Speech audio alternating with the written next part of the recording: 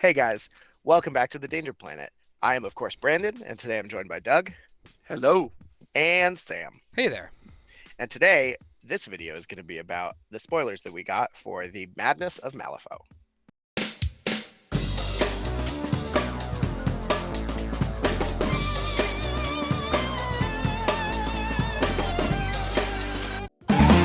Who's that Pokemon? It's The Clampetts? So this year at Gen Con, Wyrd announced what's going to be the next big chunk of Malifaux releases, coming from the new book, The Madness of Malifaux. Now, these releases are going to span over 6 brand new keywords, each with their own masters, which are going to have titled versions as well. And we already know about a couple of them. We know the Arcanist keyword, which is called Witness, starring Damian Ravencroft. And that was the one that was actually released at Gen Con. Last week, Malifaux University spoiled the dual faction Resurrectionist Neverborn keyword Returned, which features Castor as the master. And this week, we're spoiling the Bayou keyword, the Anglers, which are going to be starring our new favorite, the Clampetts. That's pretty much what's going on with the video today and our Madness of Malifaux spoilers. So Sam, why don't you walk us through the crew and what they do on the table? Sure. So the Angler crew is a really nice and balanced crew between ranged and offensive firepower with a lot of good card draw. And their signature mechanic is Tide Pool markers.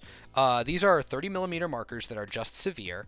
And like many marker crews, the many models in this keyword can create a marker, and of course they ignore their negative traits. So they're a little bit like undergrowth markers that Titania puts out, except they're only 30mm and they're only severe. But to trade up from that, they have a special bonus that when an angler model with their signature keyword rule, Chum the Waters, is in base contact with a tide pool marker, it gets a plus twist on all its defensive duels. So that means whenever an opponent's attack targets their defense, you're going to get a built-in plus twist to your duel, which is a really strong ability. It makes them a lot more resilient against defense targeting attacks, which are the more common type of attack in this game. And it gives them often the ability to cheat second, which is very strong generally. So it's a great rule. If your opponent's targeting willpower exclusively, like if you're playing into Pandora, it's going to have a little bit less play to it, but it's still a really signature and important part of how this crew functions, and it makes them all just a little bit tougher than they look.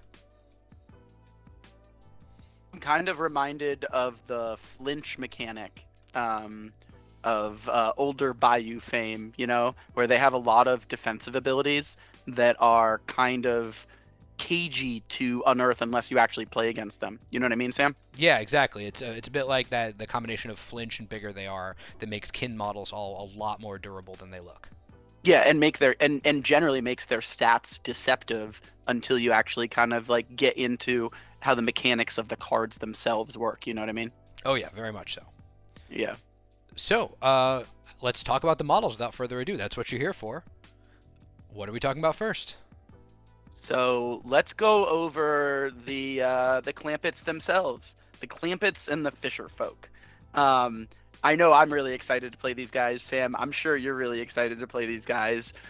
I think some of the stuff that stands out to me is this master has stealth, hard to kill, and a leap all in one. It is riding on a giant Silurid. I mean, those are great. Like that's just awesome. And then I think we can talk about. I mean, we'll all kind of give our takes on it, I guess, or things that stand out.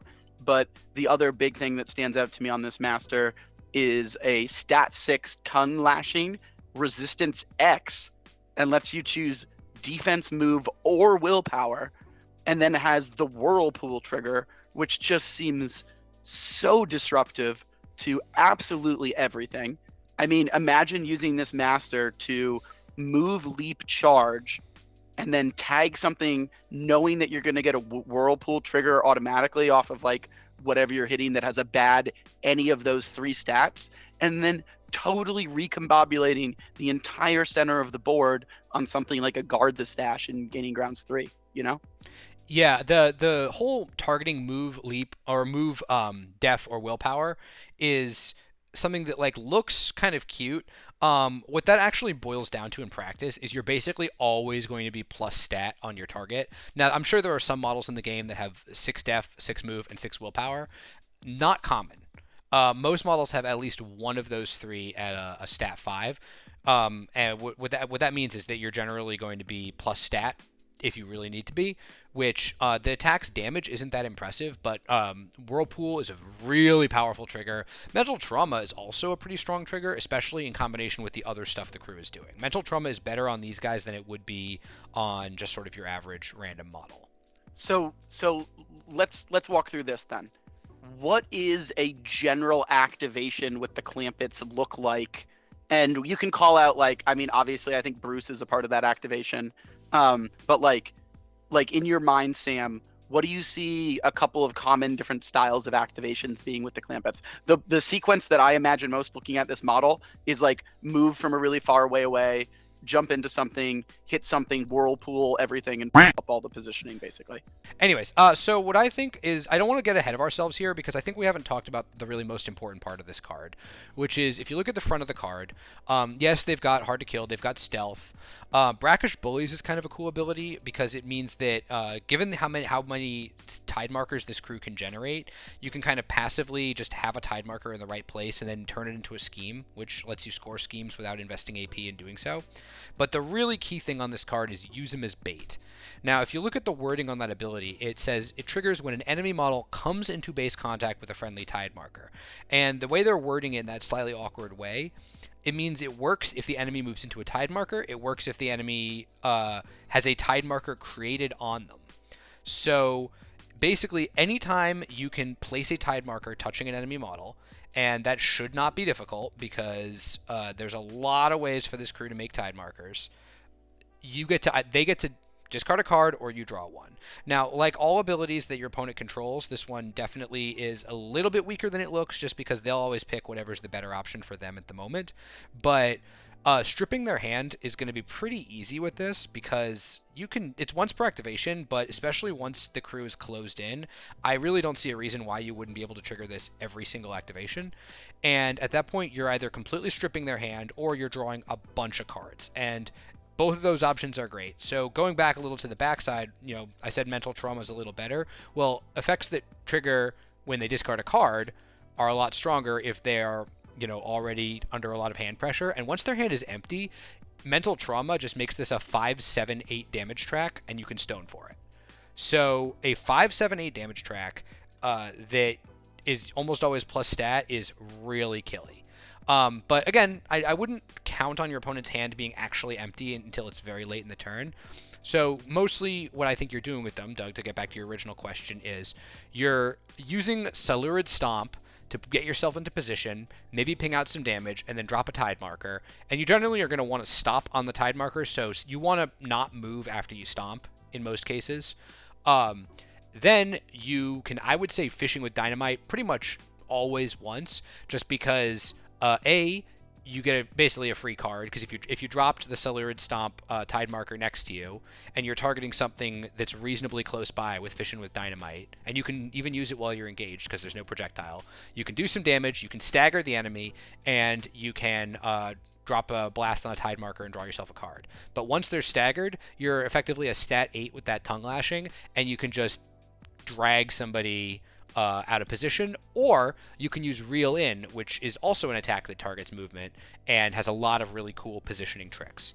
So that's what I think most of these turns are going to look like. It's going to be stomping to get in position, Fishing with Dynamite to stagger something, and then you either reel that thing in or you tongue lashing it, and you just radically pull your opponent's stuff out of position and do a bunch of damage. And I think to kind of glissade into the next model here, we have the best boy, and his name is Bruce. And Bruce is actually kind of a part of that play sequence, in my mind at least, because of his abilities, Accomplice, as well as Family Pet, and a couple of other pieces. Sam, why don't you walk through kind of like the core facets of the bestest fishy boy, and how you see him playing into the general angler strategy. My thought looking at this model is that he kind of runs around with the Clampetts, and helps them schmegel things in queue with them. But I'm sure there's other. My thought is that dog looks surprisingly like your dog Tock. Oh, the best girl. She's the best girl. Yeah, I mean, it's basically identical. Yeah. All four. Well, for anybody that's a real OG on the Danger Planet, we have basically a channel that I forced through the pipeline, and it's called Furry Familiars. And if you go there, it's just filled with pictures of Tock because she's the best. Sometimes I post my bunny in there. There's a bunny. That's true. There are bunnies in there too. There's a rescue pit bull. There's bunnies. There's all sorts of stuff. All kinds of animals. Anyways, Bruce. Bruce is... I mean, there's a lot of good dog totems in this game. I think Bruce might be the best dog totem in this game. He's very laser focused, but everything he does is really helpful to your crew. So I remember at the beginning of this video, I talked about how the crew has good card draw. We saw that with Use Him as Bait. We saw that with Fishing with Dynamite, and now you see it with Bruce. He basically picks up a card every activation. Sometimes you can heal instead. You will know when this is the correct thing to do, and you should absolutely do it then. But in general, you're going to be drawing a card, and that's a great thing for a totem to do by itself. But the other thing that he does that's really significant is Latch On. Now, Latch On's a really strong ability because it debuffs enemies without you having to flip any cards. And ultimately, that's what I think makes Bruce so good. All the stuff that Bruce does that's powerful doesn't require you to flip a single card to do it. You don't have to flip a card to use Family Pet. Drool just gives you one tide marker every turn. No fuss, no muss, no flips, just a tide marker where you need it. And as we've seen, this crew can do a lot with a tide marker in the right place. And Latch On, also, there's no resist, it's not a duel, it just happens. But the really spicy thing on Bruce's card is a rule that I think a lot of people in this game underrate, which is Accomplice. Accomplice is really strong. Activation control is really, really, really strong. So a lot of the time what Bruce is going to do is he's going to Family Pet and then walk, or walk and then Family Pet, just to teleport into position. Then he's going to use his movement of 6 to walk into, or more likely charge, an enemy model and end up in base to base. And he's going to attack it, and he's probably going to miss because he's stat 4. You really don't care. Although on the occasions he gets "You're coming with me," like, holy crap, you are really kidnapping somebody. Anyways, he's then going to end his activation, an accomplice into one of your models, who is then going to immediately take aim at the enemy that is pinned with Bruce and at -1 defense, and basically just blast them. It's like having a free injured stacked on them that you didn't have to do anything for, and that's a lot. So I think Bruce is really good. He's obviously going to eat a bullet as soon as he can, as soon as your opponent can kill him, but if you can keep him alive until that one key turn when he just runs up and bites somebody's nuts off, you're going to be in good shape. He's the bestest boy. I love the fact that because tide markers are 30 mil, which is like the base that most humans are on, this dog effectively drools an entire person's worth of liquid every round. Yeah. And to the greater point, turns where you don't need to use him all of his AP for positioning, and you can just get Family Pet to go off. You can also get a drool off for free, which is another free tide marker, which is another proc of either give me a card or get schmongled opponent, you know? Yep, and it also, this crew uses tide markers in a bunch of different ways. You can fling them around with Reel In. As we're gonna see a little bit later on, there's a minion that can make use of them. So it's never a bad thing to have tide markers up the board, especially if you're advancing. You kind of want to bring your tide markers with you. So Bruce is just great. I think that it's I'm going to get used to the fact that Bruce probably dies turn 2 a lot of the time, but a good game for him is a game where before he dies, he charges something and accomplishes. And takes off a priority target. No, I agree with you 100%. And I think the art to unleashing the Bruce. Oh my God, can we just make that a thing? Unleashing the Bruce. Oh, yeah. Unleashing the Bruce will be like when you hold him back, when do you want to expose him, and when have you identified a time to just like really use the fish dog pupper at people, you know? Oh yeah, absolutely. All right, cool. So the next new one are the Hermity boys. These are a very defensive unit, very, very defensive. I have really not seen too many Bayou models with armor 2 on them before. So Sam, why don't you take a spin at these boys? So Hermits are like the basically perfect fusion of like flavor and rules. They behave pretty much exactly like you'd expect giant hermit crabs to behave. They're slow, they're heavily armored. You do not want to get near them. I'm really impressed with these guys. 7 stones is a lot. It's where you start being able to not really pick and choose. You have to be a little bit choosier. You can't just take everything. But Seven Stone minions, I think, have actually a pretty decent track record. Not everyone is good, but like Iron Skeeters are good, and I really like Charm Warders. So there's a few examples out there. These guys' whole job is to take the hit. They're the only take the hit model in the entire Bayou faction. And they are really, really good take the hit models because they're armor 2 with ready access to shielded. And armor 2 and shielded often means like don't even bother, you're not going to do damage.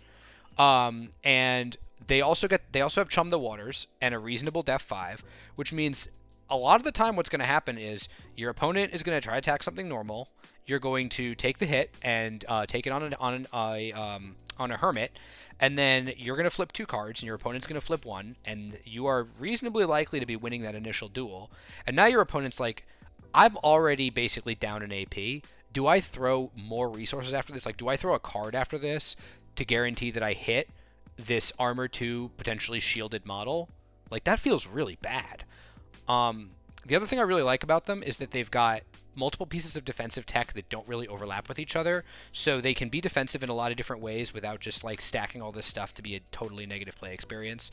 Like take the hit obviously protects other models only. Armor protects themselves, but Phalanx doesn't shield themselves, so you don't get that armor and shielded on themselves unless you take them in multiples. And extended reach makes it harder to engage them, but if they're doing a take the hit, then your opponent doesn't need to end the charge within 2 inches of the Hermit. They can just charge somebody else. Does that make sense? Like you have these different pieces of defensive tech that don't tend to overlap all that much. Yeah, and quite frankly, pieces of defensive tech that outside of this model don't exist in large amount in the Bayou. Yeah, take the hit is only in this. Take the hit Phalanx are only on this model. I think extended reach is also only on this model in Bayou. Which is, yeah, I was looking at that. That's what I was thinking too. I was like, I have not seen a Bayou model with extended reach before. They're probably going to get hired out of keyword a fair bit because take the hit. You've got to think all the time, right? Like, yeah. The other thing they do that I don't want to sell that short is that the spear that they have is actually pretty reasonable. It's a 2-inch engage. The damage is nothing special. The stats nothing special, but it has built in the defensive fighting trigger. It gives them shielded. Which gives them shielded. It can give them 2 shielded if they're attacking something without armor. And once these guys have hit something and get 2 shielded on themselves, like just forget it, man. Like you're not doing anything to them. Now they have a ranged attack. I don't think I would use the ranged attack that much because I think you want them forward. And they're pretty slow, but Scuttle lets them remove a marker and get it and basically walk as a bonus action, which is pretty sweet. It really makes up for their slowness, and the fact that it's just remove a marker means that once you actually get them up there, they're eating pylons, they're eating undergrowth markers, they're eating pyres, they're like actually advancing your plan and disrupting your opponent's plan while getting extra movement. It's really strong. Removing any marker is just, oh boy. That pushes them over the top, I think. Yeah, and finally you got Seashells Does by the it Swamp. scuttle them over the top? It sure does. It might. You've got Seashells by the Swamp Shore, which I also really, really like. Making tide markers hazardous is really cool. Do Hermits sell Seashells by the Swamp Shore? Someone does. There's a question mark in the ability, so it's Is it possibly Zoraida? Ambiguous. She might be probably. doing it. Oh my God, Zoraida in a bikini? Oh no, at the sea. So, oh my God, no, nobody Nobody make that. No. Anyways, so these guys, making tide markers hazardous is pretty sweet. They're 30 mil markers, so it's not like you can necessarily force your opponent to stand on them, but you can drop a tide marker on your opponent and then sort of do like a cheeky incidental 1 point of damage when they have to walk off of it, or if they can't afford to walk off of it, take several damage. And this is also the only way that they can drop a tide marker, so it takes a trigger, it's not even built in, so there's some card pressure here, but if you need a tide marker, these guys can do it. Every model in this keyword that we've seen so far has some ability to create a tide marker. Yeah, and let's also talk really quickly about what seems to be their signature attack trigger, Undersea Toxins, which is target gains injured +1 and poison +1. So effectively, you're stacking an injured on the model, as well as basically guaranteeing yourself, well, not guaranteeing, but very likely getting a free point of damage, because the Skulker, which we're about to talk about, that guy also has that as a crow trigger. And I believe if we look at, does Aunty Mel not have it? I don't. She does not have it. No. Also, this is not new. Harpooners and Mr. Nyatoro both have this trigger. You just never see Harpooners because they're terrible. Yeah, those models are not good. What is a harpooner? It's a EVS Apex dual keyword model out of ES. It's a 7-stone minion that's overcosted. Yeah. Oh. So, I think Undersea Toxins is strong. I think that the problem is that it exclusively appears on stat 5 attacks, and it's not a built-in trigger, and it's on models that can't stone for it. So it's super unreliable. Yeah. No, I'm just saying it's worth noting. That is like a theme trigger for their weapons. Oh, yeah, certainly. Is more my point. Like, it seems that a lot of their weapons have that on them. Well, they have these, like, crusty, poison-coated spears. Just like every piece of silverware in your kitchen, Sam. I wash all my silverware regularly. But they are all spears. Yeah, they are all spears. Sam eats exclusively with Gremlin Bayou spears at his house. Yeah. All right, so let's look at the Skulker skin. So we've actually seen this model. This model got spoiled like a month and a half ago or something like that, I think. Yeah, a couple weeks before Gen Con, when they first started the Malifaux burns. What we would come to learn are the Malifaux Madness of Malifaux spoilers. The Madness of Malifaux. I'm telling you guys, I'm not super impressed with Skulker skins. Like, bro, you hating? I like these little guys. The thing is, go ahead. You shoot your shot, and then I'll shoot mine. So 5 stones is an awkward spot for a lot of minions because typically that's enough stones that they're expected to kind of do something. They're not just like 3-stone Wicked Dolls, but often it's also a price point. Wicked Dolls do work. Sure. Yeah, Wicked Doll. First of all, shut your dirty mouth. Wicked Dolls are amazing. We will not besmirch the name of Wicked Dolls in this house. We'll put a pin in the Wicked Doll discussion. Fine. Okay. So the basically with these guys, the big issue with them is that they're very, very, very fragile. Stealth is okay, but they don't have like disguised or any kind of anti-melee defensive tech. So you just walk up to them, and you just kill them in 2 hits usually. But Sam, they get a plus flip to defense duels when they're in base contact with a tide marker. They do, and they also have Beneath the Leaves. So if you can get them in some severe, like for instance, a tide marker. Severe or hazardous, because like Fishbacher can make stuff hazardous also. You can get some whammy jam pants going there, Sam. So Fishbacher means enemy models treat the area around it as hazardous, which means the Skulker skin doesn't treat it as hazardous. However, the Seashells by the Swamp Shore ability just says the area around the marker is treated as hazardous.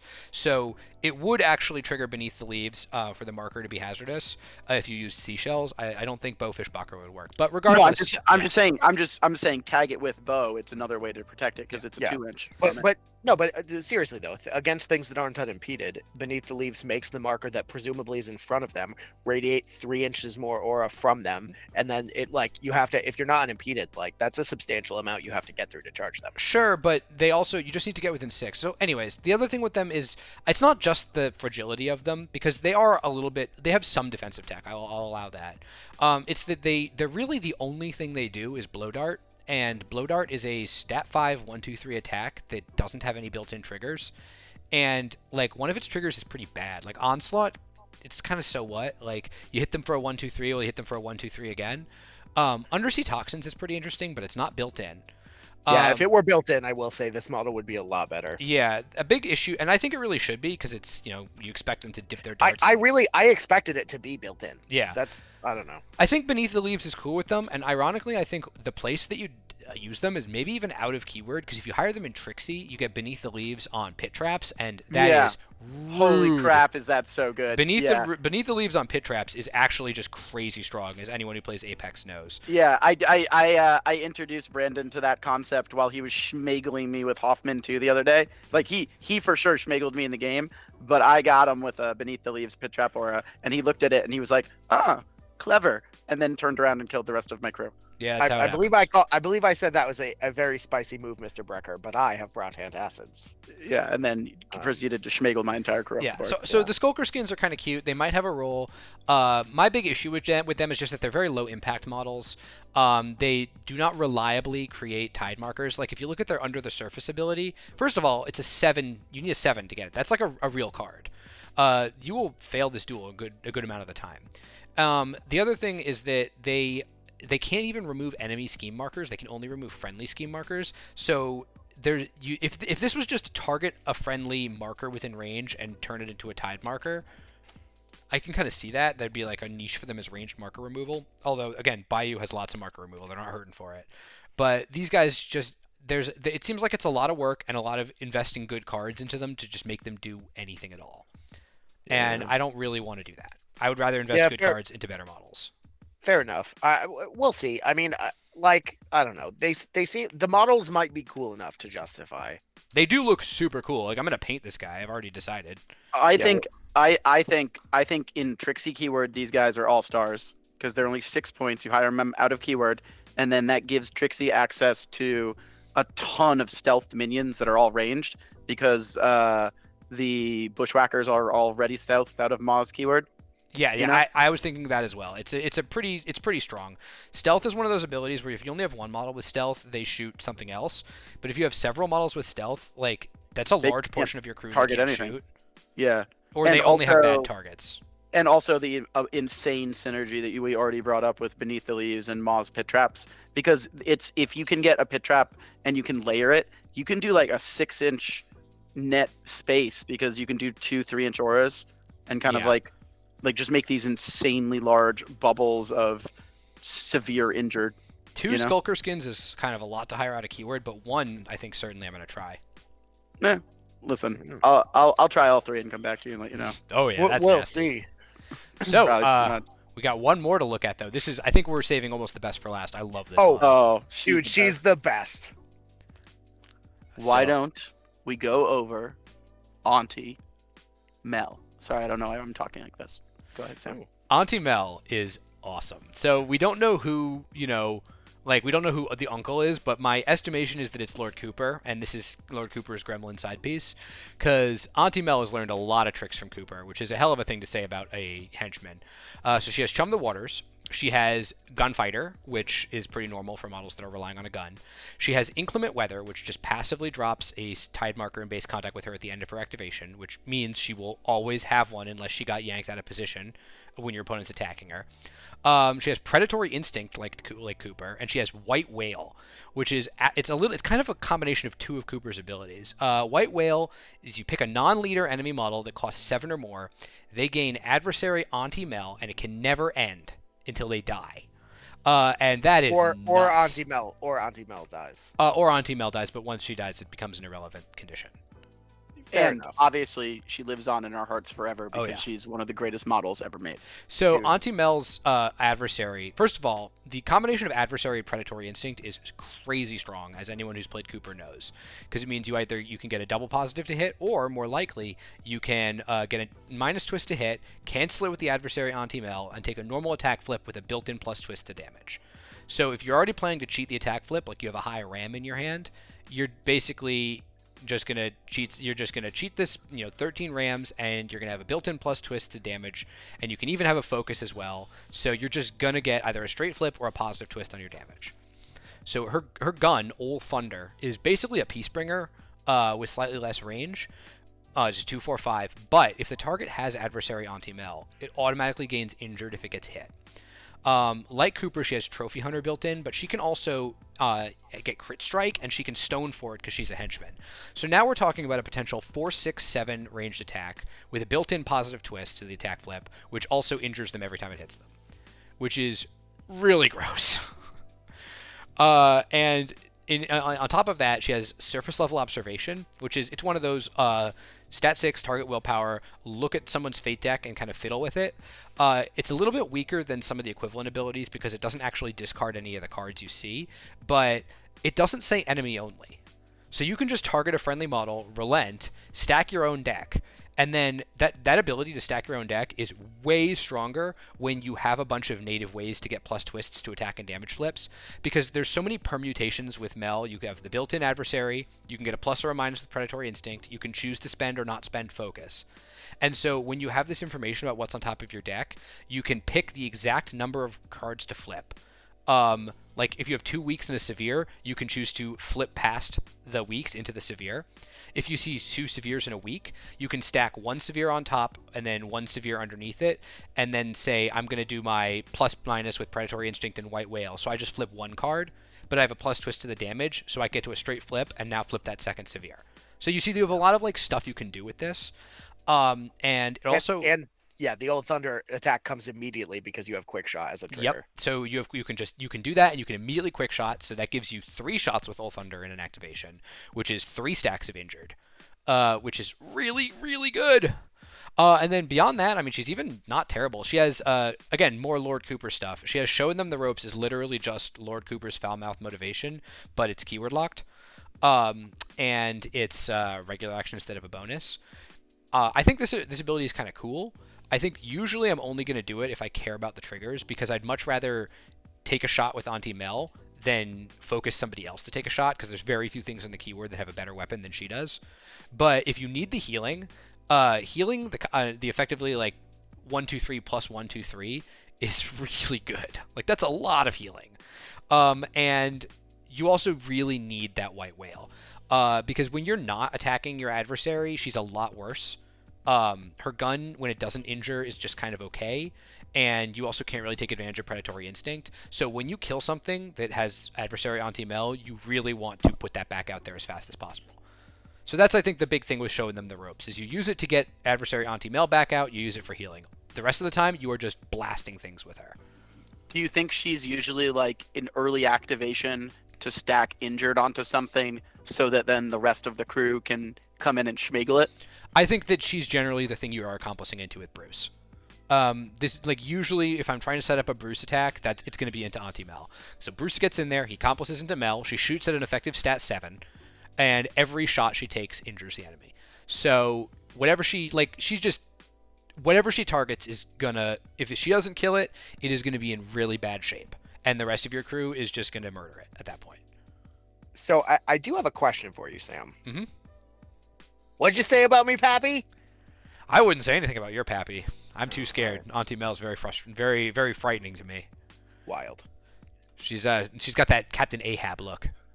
She's totally Captain Ahab. Yeah, she right? is legitimately just Captain Ahab. I love it. It's so great. I love how Wyrd like does a really good job of pulling from novels and history and all sorts of nonsense to like actually theme their models off of. It's like great. They consistently do that, and their abilities too. So I can't wait to see this model in person. Like just everything about it. The shell, the crazy spear. So it's gonna be a nightmare to build, but good lord.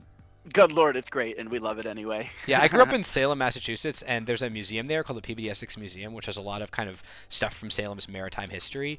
And there's a lot of these old paintings of like whalers and guys standing on the deck with a big harpoon, and they're all grizzled. And that is exactly what I thought when I saw that pose. It looks like a painting. Yeah, it's pretty sweet. All right, so I think the last important bit that is worth talking about is obviously the Madness of Malifaux is being released into the Gaining Grounds 3 meta, right? So this keyword, Angler, is coming into GG3, effectively. That's the meta it's going to be released into. Given that fact, Sam and Brandon, where do you guys see this keyword positioned in terms of core strategies that you think it would be good at?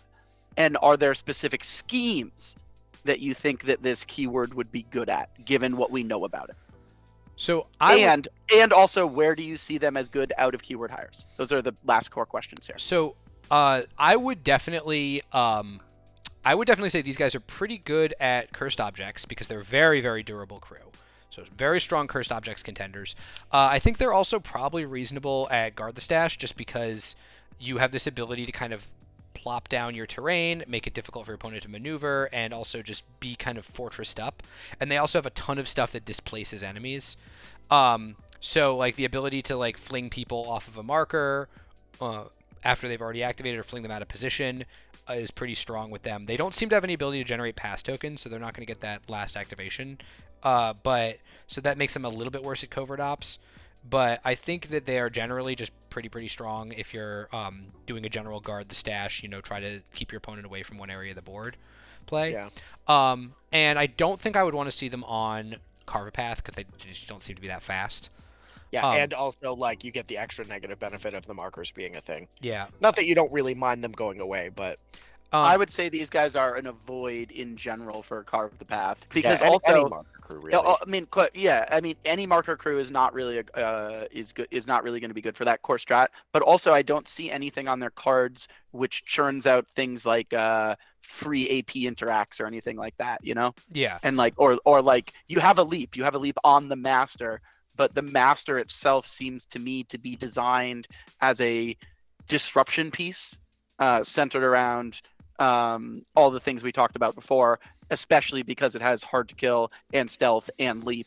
Like it's an independent operator of nonsense and disruption. You know? Yeah, and so as for schemes, I think that they're pretty good at schemes that are requiring you to drop markers in specific places, because Brackish Bullies and Trophy Hunter are both abilities that drop schemes without you having to invest AP in it, and the Clampetts Reel In also has a trigger that is kind of like a better draw out secrets.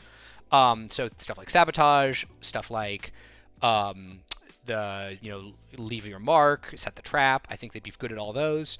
Under the surface. So, and actually, this is a point I wanted to make about the Skulkers, is that to that point you just said, under the surface is actually really helpful in those schemes, because you can run around and you can make free tide markers, and then your Skulkers can ping them with under the surface to flip them into schemes. That's definitely true. So if you really need to do that, there might be a useful investment there. I also think these guys are probably pretty good at martyrs, just because the hermits are like really good martyrs. Because if you don't want a hermit to die, it just won't. Like, you have healing in the crew. A Skulker and a hermit probably make a pretty good pair. Yeah. I will say also, the Skulker's blow dart does push things 3 inches in any direction. No, it pushes itself. This model may push. Oh, then this model may push. Oh, never mind. Yeah. That's much less good. Yeah. Yeah, maybe. I don't know. So I do think that so that's what I'd be leaning towards with them. I think that the real key standout with them is hermits are just so good. You're gonna see hermits all the time in other keywords, because they're just access really to a ton of abilities that the Bayou just frankly has not had access to. Yeah, before. yeah. Just like Take the Hit is a super strong ability that really defines a lot of crews. Like these models single-handedly make the Terra Kidnap like just way worse, because you just take the hit and then she can kidnap an Armor 2 model. So like she can maybe kill it, but I don't really love the idea, if I'm Terra, of spending Talos 2 AP to take 2 swings and deal 1 damage each, right? So I think that those things are great. You're going to see them a lot. In terms of out of keyword hires into Angler, I think it's a little early to tell because we don't know what else the keyword does. I think that there's not like I don't think you would, for example, want to hire Aunty Mel out of keyword, because if you don't have another Angler model. No. Yeah. I think we've identified the key out of keyword hire. It is the Hermit Shelly boys. Yeah. Those are the goodest boys. I don't want to give weird ideas, but if they're smart, they're gonna put those 2 Hermit Crabby boys in the core box, and everybody's gonna have to buy them that way. We should make Hermit Crab waifu pillows to go along with the Seamus ones. Ooh. Possibly. I'll say also that the Skulker skins might be interesting if I out of keyword hire a Bushwhacker, kind of the reverse of what I was talking about with Trixie. So that's something I would at least consider doing. So I might out of keyword hire a Bushwhacker. But mostly the out of keyword hires that Bayou takes are very like matchup dependent, because there's a lot of tech picks in the faction, stuff like Gluttony. I think yeah, sorry, that's a good call out. Skulker into Mawtucket I also think is very strong. 1 to 2 of. So then, yeah, that's kind of what I see with this keyword. I mean, we've only seen a very small portion of this keyword. About half of it, I'd say, probably, because Witness is, I think, 9 models, and we've seen 5. So I'm assuming there's 4 more to go, or thereabouts. And I think those could really radically alter what the crew does. But I do think that what we've seen so far is really cool. It's exciting. The only model that I'm not actively excited to play is the Skulker skin, and I can see myself begrudgingly playing them. So that's 4 hits and 1 mostly miss. Probably a good ratio. I think it's a good model. Time will tell. I'm certainly going to play this keyword, so we'll compare notes. Yeah. So if the breakdown is anything to be shared between Witness and Angler, I mean, we've seen probably all the minions, so it's just like a bunch of cool solos and elites. Or I mean, War Machine on the brain. It's just going to be a bunch of enforcers and hopefully we'll see another henchman. Could it be? I don't know. There's lots coming in. I hope that the angry old lady has an angry old man pair. I hope that it's just Cooper and he's like wearing a ghillie suit and pretending he's a gremlin and they don't notice. I want to know what their dual faction model is, because It's very hard to imagine someone who is half gremlin fisherman and half any of the other stuff we've seen. Like a half gremlin fisherman, half undead neverborn. I don't even know how that would work. So I think Oh man, I'm kind of excited to see what their And I do think their- I think one other fine point, actually, I'll say this on the outro, actually, is I think Fishbacher is really good as an out of keyword hire with anglers. I think Fishbacher is good with anglers. I think And I'm gonna try Fishwalker it. needs to immediately be errata to have this keyword. I mean, he Yeah. literally like It is he super weird that He he is doesn't. one. Calm down. Have you seen his hat? It's weird. It's weird that he isn't. I think Fishbacher is interesting. I don't know that I always take him. I do think that lead the way is really good on Hermits, like their movement 4. I'm gonna take him simply to test out the hazardous aura off of all of Just this. remember that markers. when he does that, it doesn't trigger beneath the leaves. No, I know. I don't care. I'm just gonna like have my master drop it in contact with them, and then he's gonna run up and shoot it, and then they'll be in a hazardous and just get schmongled. It'll be great. I'll report back. I'll do it to you, Sam. You'll see. Sure. We'll see if it's good or not. You know. We will see. Wild. We'll field Wild. test it. All right, cool. Well, thanks for joining us, guys. This has been our spoiler for the Madness of Malifaux. The next video that's coming up is actually our homie Deck over at Corner Case. So Deck is next up on board, and go check out his channel. It's really cool. Does a lot of indie war games and does a lot of painting stuff. He's a wonderful guy. So yeah, go check his stuff out. And hopefully you guys enjoyed this. We're gonna have tons more Malifaux content. Our ongoing Malifaux coverage currently is keyword tier lists and breakdowns. And upcoming, when this book drops, we're gonna do a faction overview with Jesse from Boring Conversation on each of these individual faction keywords. And so we're just basically going to expand our faction focus series with the guy that we all know and love, Mr. Jesse. So Ooh. stay tuned, guys. That's what we've got on board. And everybody harass Sam about the fact that he should dress up as Rick Sanchez from Rick and Morty for Halloween. I said I would do it. Why, you're gonna.